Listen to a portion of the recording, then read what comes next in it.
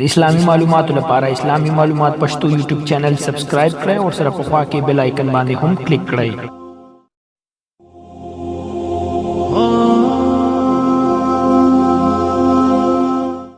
بسم الله الرحمن الرحیم. السلام علیکم ملګرو. اول ځل د جنت لیدل به انسان ته څنګه خوشحالي ورکوي په دې ویډیو کې درته وایم. کله چې موږ اول ځل نهرونه، ماڼۍ، میوې، خیمې، سپین زر، سره زر، مرجان او ریخم ووینو،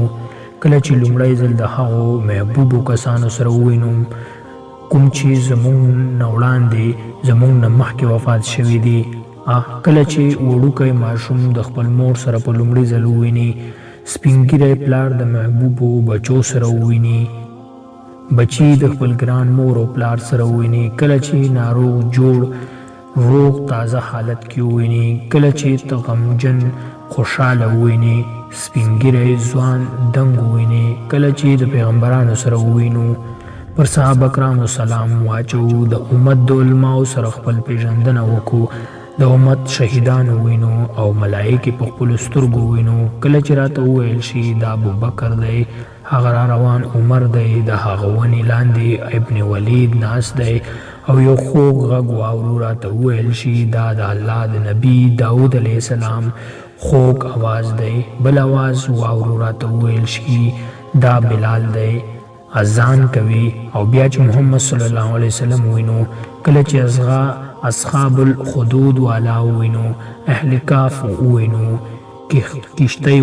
والا وینو، مومن الفرعون وینو، مومن د کلی والا وینو، ذوالقرنین وینو، ابو هريره رضی الله تعالی عنہ راته درس حدیث کوي، ابن عباس رضی الله راته تفسیر لولي، همدغسې ابن مسعود تلاوت راته کوي، او چې بیا الله وینو، کله چې د 14 سپوږمۍ چې هیڅ پرده به مترې منځ نه وي، څنګه به وي لومړی شپه او لومړی سحر، او بیا به جنت کې تکلیفونه کړاوونه ختم شو، خلق د حساب نه خلاص شو، او کله چې الله دا اعلان وکړي چې زه ستاسې نه خوشحاله یم، هیڅکله به بیا درنه خفه کېږم نه.